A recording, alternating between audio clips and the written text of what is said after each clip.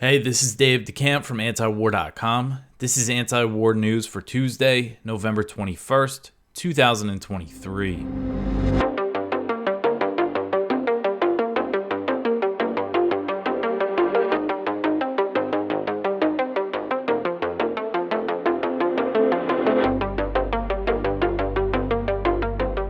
All right, the first story at the top of antiwar.com today. Biden aide is in Israel to talk risk of Lebanon war. So Amos Hochstein, who is a senior advisor to President Biden, is in Israel to hold talks with Israeli officials on preventing a major war with Lebanon as fighting between Israeli and Hezbollah forces across the Israel-Lebanon border continues to escalate. So Hezbollah rocket strikes on Monday caused heavy damage to Israel's Beirut military base near the Lebanon border in northern Israel. And it looked like it was pretty significant damage, a pretty significant attack from Hezbollah, but there were no casualties reported. Israel's military said that it responded with fighter jets, helicopters, and tanks, which targeted Hezbollah sites in southern Lebanon. So again, it seems like the situation continues to escalate between Israel and Hezbollah. And so this is interesting. Axios reported on Monday about Hochstein being in Israel. And if you remember earlier this month, I covered an Axios report that said the U.S. was worried they were worried that Israel's trying to provoke Hezbollah for a pretext for a wider war in Lebanon, basically saying that they're worried Israel is intentionally trying to start a major war here that the U.S. could get sucked into. And Axios reported that again when mentioning this story about Hochstein. So I thought that was interesting. And it's something to keep in mind that there's a source here saying that the U.S. is basically blaming the tensions on Israel. It says that there's growing anxiety in the White House that Israel's military action could lead to a regional war. So again, we should keep that in mind, in the future, because if things do really escalate, I'm sure that's not going to be what the U.S. is saying publicly. And while the U.S. is concerned, or they're saying that they're concerned about these things, the U.S. has also really emboldened Israel to be more aggressive by deploying all this firepower, the aircraft carrier strike groups, the extra fighter jets, the nuclear submarine, flying bombers around, just doing everything that the U.S. is doing in the name of deterring, regional actors from entering the war against Israel with the implied threat that the U.S. could directly intervene. So everything that the U.S. has done has, allowed Israel to act like this. So what's interesting is that Hochstein is a energy advisor to Biden, which doesn't seem like someone that would be dispatched for a diplomatic mission like this. But he has been mediating talks between Lebanon and Israel related to gas drilling rights in the Mediterranean Sea.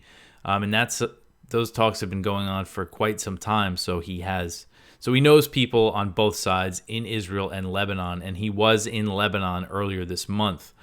So a U.S. official told Axios, quote, "This trip builds on Hochstein's visit to Beirut earlier this month, where he made clear the United States does not want to see conflict in Gaza escalating and expanding into Lebanon. While in Israel, Hochstein will emphasize that restoring calm along Israel's northern border is of utmost importance to the United States, and it should be a top priority for both Israel and Lebanon," end quote. So he is expected to meet with senior Israeli officials, including the defense minister, Yoav Gallant, and he has had some pretty inflammatory rhetoric recently when it comes to Lebanon. He warned last week that what Israel is doing in Gaza can be done in Beirut. So a pretty explicit threat there. So we'll see, again, things when it comes to the fighting, it just keeps escalating. And these aren't small skirmishes. There's been, I know, at least over 60 people killed on the Lebanon side, and thousands have evacuated on both sides of the border. So this isn't nothing, but it definitely risks escalating into something much bigger. All right, the next one here. Iran tells the U.S. that it does not want the Gaza war to escalate into a regional conflict. So Iranian Foreign Minister Hossein Amirabdollahian has said that Tehran expressed to the U.S. through back channels that it does not want the Gaza war to escalate into a regional conflict, while also warning that escalation was inevitable if Israel did not stop its campaign. So he said, quote, "Over the past 40 days, messages have been exchanged between Iran and the U.S. via the U.S. interests section at the Swiss embassy in Tehran. In response to the U.S., we said that Iran does not want the war to spread, but due to the approach adopted by the U.S. and Israel in the region, if the crimes against the people of Gaza and the West Bank are not stopped, any possibility could be considered and a wider conflict could prove inevitable," end quote. So the Swiss do mediate between the Iranian side and the U.S. side. That's how they send each other messages. And what's interesting is that he is saying that the Shia militias in Iraq and Syria that are believed to be responsible for the attacks on U.S. bases, he basically said that they're acting on their own, saying that they're not Iranian proxies. But he warned that the groups are not indifferent to what's happening in Gaza. He also said that the U.S.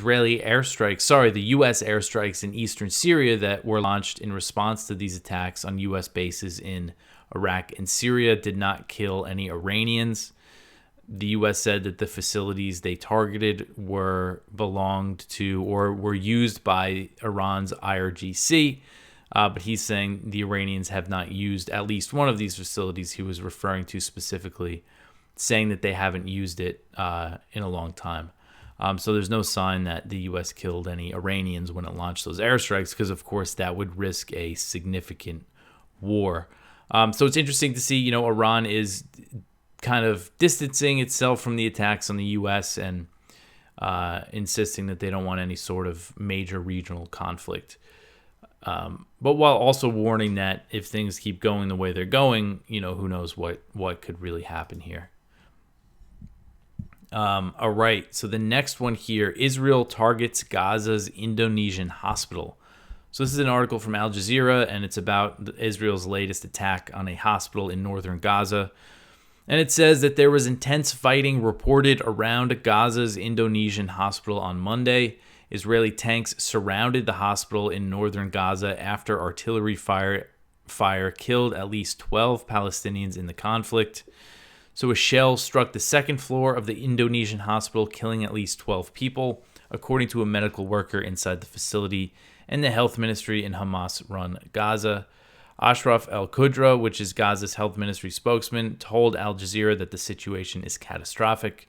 He said, quote, "The Indonesian hospital staff are insisting they will stay to treat the wounded. There are about 700 people, including medical staff and injured people, inside the hospital," end quote. So Indonesia's foreign ministry said that it had lost contact with 3 Indonesian volunteers at the hospital who are part of the group that set up the facility in 2016 with Indonesian funding.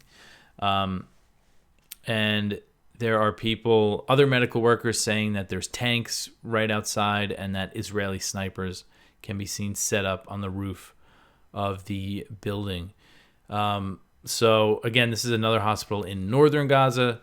And Israel is, I guess, accusing Hamas of using this also as some sort of Hamas base, or there's Hamas tunnels underneath the hospital. But it's still, how can that justify laying siege to a hospital that's still functioning as a hospital, or functioning the best that it can?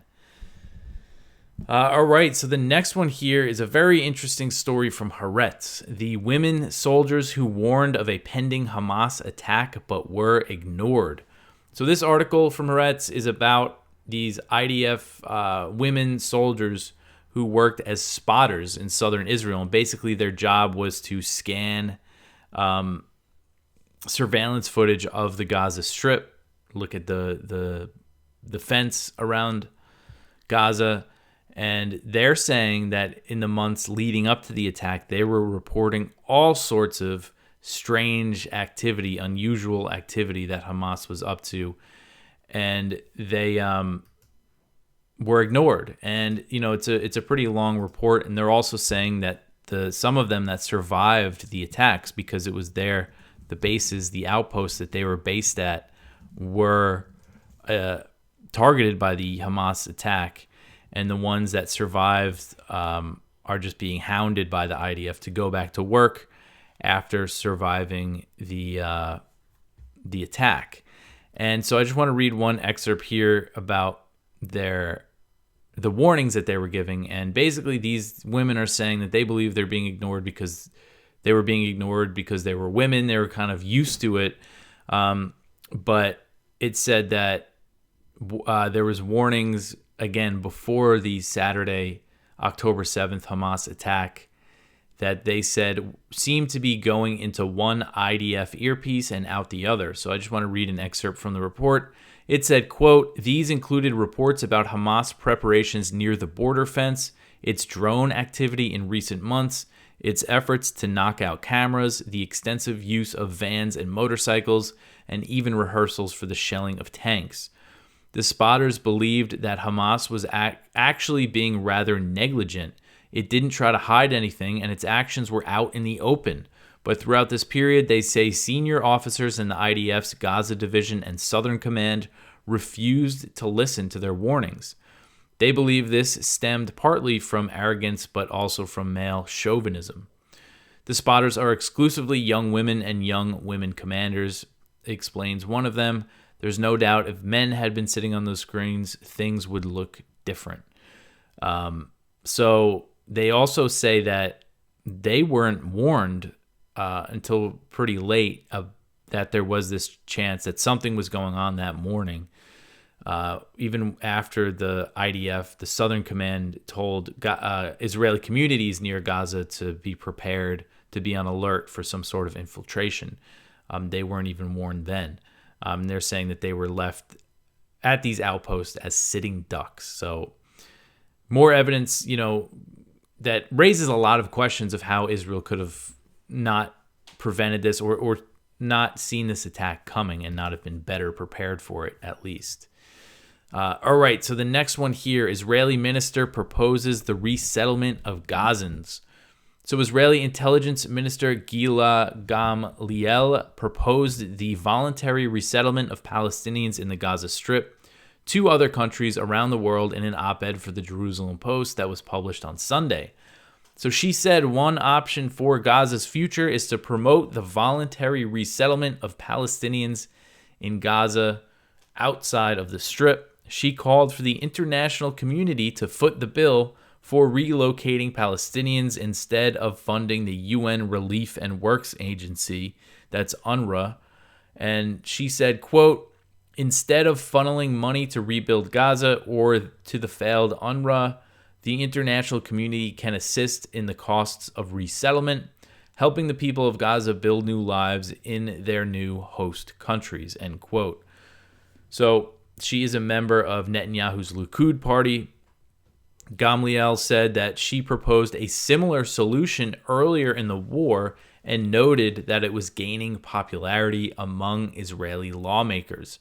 She said, quote, "I am gratified to hear that members of the Knesset from across the political spectrum, including both the coalition and opposition, have joined my ministry's initiative and declared their support for it," end quote. So earlier this month, 2 members of the Israeli Knesset wrote an op-ed for the Wall Street Journal calling for Western countries to accept Palestinian refugees. And this op-ed was co-authored by one member of the Likud party and one member of Yesh Atid, which is the main opposition party that is led by former Israeli Prime Minister Yair Lapid. And this idea has also gained support from Bezalel Smotrich, who is in the Netanyahu government coalition. He is the leader of the religious Zionist party. He's considered to be an extremist. He's a settler. He wants the Palestinians out of the West Bank. He wants them out of Gaza. So this idea has support across the political spectrum in Israel. And last month, there was that leaked document drafted by the Intelligence Ministry, which is led by this woman who wrote this op-ed. And it proposed pushing all of the 2.3 million Palestinians in Gaza into Egypt. So she's talking about a voluntary relocation. Realistically, they want to push them all out. It's very clear at this point. So the biggest, you know, roadblock to that plan of pushing them all into Egypt is the fact that Egypt doesn't want it to happen, strongly against the idea. So now we see these Israeli officials saying, the international community should take them in. She was saying all these countries that claim to care about the Palestinians, show us that you really do by taking them in. I know when it comes to a lot of Arab countries, they're not going to want to be complicit in this, ethnic cleansing of the Gaza Strip. But I think it's very clear that this is the Israeli government's ultimate goal, is to just get all the Palestinians out of there, despite what the things that Biden and Blinken are saying about the PA or some sort of Palestinian government in Gaza. They're saying, no, we don't want that. We want them out. All right, the next one here. Influential Israeli national security leader makes the case for genocide in Gaza. This article is from Mondo Weiss. And this is from a retired major general in Israel who's making this call, basically saying no innocent civilians in Gaza. So since October 7th, there has been no shortage of genocidal calls from Israeli leaders, as well as clear plans also at a ministerial level for the complete ethnic cleansing of Gaza. And while the usage of biblical euphemisms like Prime Minister Netanyahu's Amalek reference may appear too vague for some, even if the story suggests killing infants on Sunday, retired Major General Giori Eiland, former head of the National Security Council, decided to spell out genocide more explicitly. In a Hebrew article on the printed edition of the centrist Yehidoth Aronoth, that's the newspaper, and this article is titled, "Let's Not Be Intimidated by the World," Eiland clarified that the whole civilian population of Gaza was a legitimate target, and that even, quote, severe epidemics in the south of the Gaza Strip will bring victory closer, end quote. So his bottom line leaves no doubt as to his view. He said, quote, "They are not only Hamas fighters with weapons, but also all the civilian officials, including hospital administrators and school administrators, and also the entire Gaza population that enthusiastically supported Hamas and cheered on its atrocities on October 7th, end quote. He speaks out against humanitarian concern and the whole principle of distinction. He said that they're not fighting a terrorist organization, but fighting against what he called the state of Gaza. He asked, quote, "Who are the poor women of Gaza? They are all the mothers, sisters, or wives of Hamas murderers," end quote. And he said that the Israelis must take a harder line with the U.S. He said, quote, "The Israeli cabinet must take a harder line with the Americans and at least have the ability to say the following: as long as all the hostages are not returned to Israel, do not talk to us about the humanitarian aspects," end quote. So, again, this is just something seems to be very common within either the Israeli government or people like him who were previously in the Israeli government, retired major general, considered very respected. All right, so the next one here, Israel orders more evacuations as 1.7 million Gazans have already been displaced. So this article is from Kyle Anzalone at the Libertarian Institute, and really that number is huge. The UN is saying that 1.7 million of the 2.3 million Palestinians living in Gaza are now displaced due to Israeli military operations. So about 3/4 of the population has been moved out of their homes, forced out of their homes because of this war. And Kyle is reporting here that Israel warned residents of Jabalia, which is the largest refugee camp in Gaza, to evacuate, and they're continuing to call for the southern city of Khan Yunis or certain areas of it at least, to evacuate as they're preparing to expand military operations in the south. All right, so the next one here, getting out of the Gaza stuff. China hawks want $12 billion added to Biden's $105 billion request.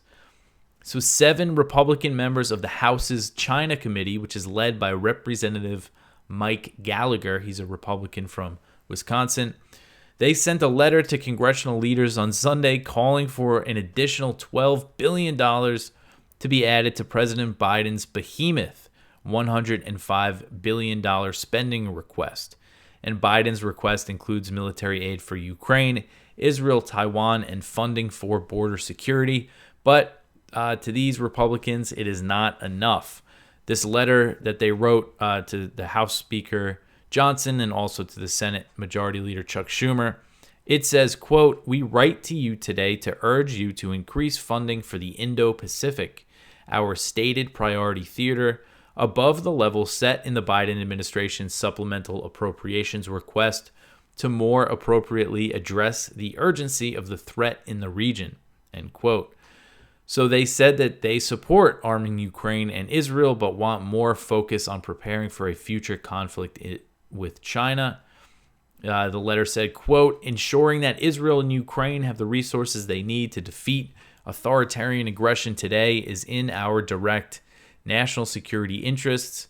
Yet, if we fail to provide the resources necessary to deter CCP aggression tomorrow, history will not forgive our inaction, nor will it spare us the consequences," end quote.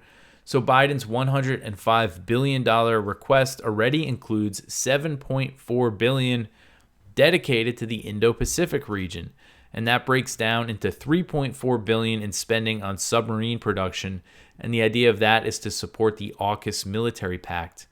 It also includes $2 billion in financial aid for the region and $2 billion in military aid, and most of that, if not all of it, is expected to go to Taiwan.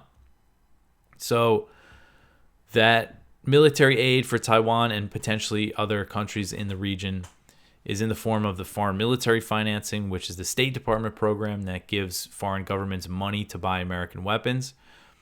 One thing that Gallagher and these China hawks want to add, so they want to add $12 billion, and they want $2 billion of it to be Presidential Drawdown Authority for Taiwan, which allows the U.S. to send weapons directly from military stockpiles.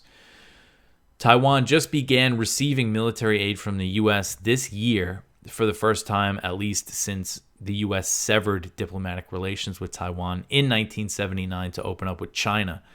This is something I used to really cover and focus on a lot when this was first happening, because it's a big deal. It's really a new increased type of support, U.S. support for Taiwan, and China is not happy about it, of course. And this is all done in the name of deterrence, but it's clear that it's just stoking the tensions more and more with China. So in this letter, Gallagher and the other lawmakers said that the other $10 billion that they want was needed to prepare for a fight over Taiwan. They said, quote, "Additional investments on the order of $10 billion are required to urgently enhance our ability to respond in the event of a conflict. This starts by maxing out current production lines for U.S. Indo-Pacific Command's critical munitions while pouring concrete for new facilities to increase production capacity moving forward," end quote. So more money, more spending. China's the big justification to just keep spending billions and billions of more dollars on the world empire. All right, so the next one here, U.S. to deploy previously banned missiles to aim them at China. So the U.S. military will deploy new medium-range missile systems to the Pacific region next year for the purpose of deterring China from invading Taiwan. And this was said by the commander of U.S. Army Pacific Forces on Saturday. So this is General Charles Flynn. He said that the deployment will include a land-based version of the Tomahawk missile, which was previously banned under the Intermediate Range Nuclear Forces Treaty. That's the INF Treaty. That was a treaty between the U.S. and Russia that the U.S. withdrew from in 2019. Flynn said, quote, "We have tested them and we have a battery or two of them today. In 2024, we intend to deploy that system to your region. I'm not going to say where and when, but I will say that we will deploy them," end quote. So the INF Treaty previously banned the development of land-based missiles with a range between 310 to 3,400 miles. And the U.S.'s new land-based batteries that use Tomahawk missiles can hit targets of up to 1,000 miles away. Other Tomahawk variants go all the way up to 1,500-mile range. And the U.S. Marine Corps actually activated its first Tomahawk battery over the summer at a base in California. So the U.S. withdrew from the INF over allegations that a new missile Russia was working on violated the treaty. Moscow denied that. The U.S. didn't try to negotiate or work anything out. They just withdrew from the treaty and immediately began testing these land-based Tomahawk missiles. And Russia had some concerns as well that the U.S. was potentially violating the treaty by putting these missile defense systems in Romania and Poland that are called Aegis Ashore defense systems, and they use Mark 41 vertical launchers, which can fit Tomahawk missiles. The U.S. dismissed the Russian concerns, but these new batteries that have been activated by the Marines actually use the Mark 41 launchers. So it shows that the Russian concerns were not unfounded. And again, I think it's clear that the U.S. pulled out of this treaty so it could develop these missiles to deploy near China, because that's becoming the main focus now, is building up around China. So I guess it's always possible that the Tomahawk missiles could go in Poland or Romania. And so this guy, General Flynn, did not say where the Tomahawk missiles would be deployed. There are some indications that they could end up in Japan, in Okinawa, or in the Philippines, where the U.S. is expanding its military footprint. All right, so the next one here, a new $100 million arms package for Ukraine. So Secretary of Defense Lloyd Austin made an unannounced visit to Kiev on Monday, where he announced a new $100 million arms package for Ukraine and insisted that the U.S. would provide long-term support for the war against Russia, despite growing signs that maybe it might be difficult for the U.S. to keep fueling this war. Austin said, quote, "I announced today another $100 million drawdown using presidential drawdown authority to provide additional artillery, ammunition, additional interceptors for air defense, and a number of anti-tank weapons as well," end quote. So the Pentagon still, based on my math, still has around, I believe, just under $5 billion to spend to send weapons directly to Ukraine. And that's thanks to that helpful Pentagon accounting error that freed up all this money, claiming that they overvalued previous weapon shipments, and it made billions more available to keep this war going, because all the other types of aid has dried up. And so if they didn't have this, they wouldn't have anything to be giving Ukraine right now. The Congress still has not passed the $105 billion spending request that Biden made that includes $61 billion to fund the Ukraine war for another year. And there's a lot of signs that Western support for this war is waning. In the U.S., Congress seems more focused on the situation in Gaza now. But at the same time, I still think the majority of Congress will want to continue this proxy war, unfortunately. So the new $100 million package that Austin announced included Stinger anti-aircraft missiles, HIMARS, a HIMARS rocket system, including ammunition for the HIMARS, 155 millimeter artillery rounds, the TOW missiles, Javelin, and AT-4 anti-tank missiles, more than 3 million rounds of small arms ammunition, demolition munition, cold weather gear, spare parts, and maintenance, and things like that. All right, so that is it for the news for today. Go check out our Viewpoints. We have one from Ted Snyder. There could have been peace, how the U.S. ensured a long war in Ukraine. One from the Los Angeles Times, ceasefire now, the killing in Gaza must stop. One from Wyatt Reed, U.S. justifies assault on Gaza hospitals with recycled Israeli intelligence. One from Nick Terse, for a century, the American way of war has meant killing civilians. And our spotlight is from Matthew Petty, media amplified U.S.-Israeli narrative on Palestinian deaths. So go check all of that out. You could always support this show just by liking, subscribing, telling your friends about antiwar.com, sharing the show. You could comment on YouTube or Rumble, wherever you prefer to watch. If you listen to the audio, leave a review or a rating where you listen to the podcast. But that's it for me for today. I will be back tomorrow with some more news. Thanks for listening.